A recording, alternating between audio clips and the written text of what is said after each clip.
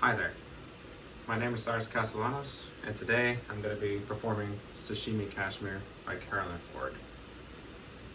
The reason I chose this piece is because I feel like it touches a lot on social constructs, and I feel like it is important because of the fact that it touches on these social constructs, and it focuses on a profession that gets very looked down upon, I guess, and it kind of just brings it to light when the story with some of the symbolism and things like that, which you will see when it is performed.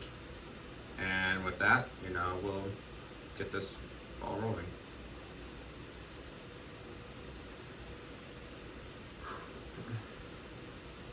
Two sushi chefs begin arranging their work under fluorescent lights.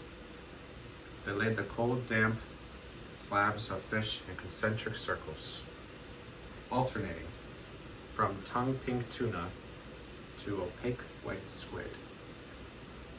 They are noiseless and efficient. Their hands move rapidly, hovering over their arms. They are surgeons performing a delicate operation. The spiral state starts around her belly button. Her midriff is a checkerboard. They move to her upper body and cover her tentacles with purple suction cups of octopus tentacles.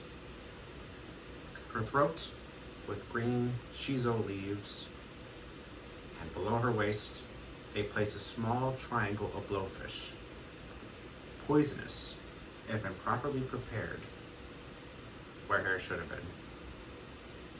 A brush with death is more thrilling and more costly when eaten off of a foreign woman. Her legs are covered with California rolls. They place edible flowers in her navel, in her underarms, behind her ears, and in her hair. And they even tucked one between her thighs. She is garnished. She is rolled from the harshly lit kitchen into the dim light of the restaurant. As her eyes adjust to the darkness, she only sees the ceiling, which is covered in pinprick halogen stars. She hears low voices murmuring appreciation when she arrives at their table. She then feels small jabs as chopsticks lift pieces of fish from her chest, her shoulders, and her ankles. She conjures the image of herself reflected in a gilding fitting room mirror. She is flawless in couture. She is immaculate in Armani. The air feels chilly as the men remove the cold pieces of fish, one at a time, revealing damp patches of bare skin. Staring at the ceiling, she imagines she is at the beach.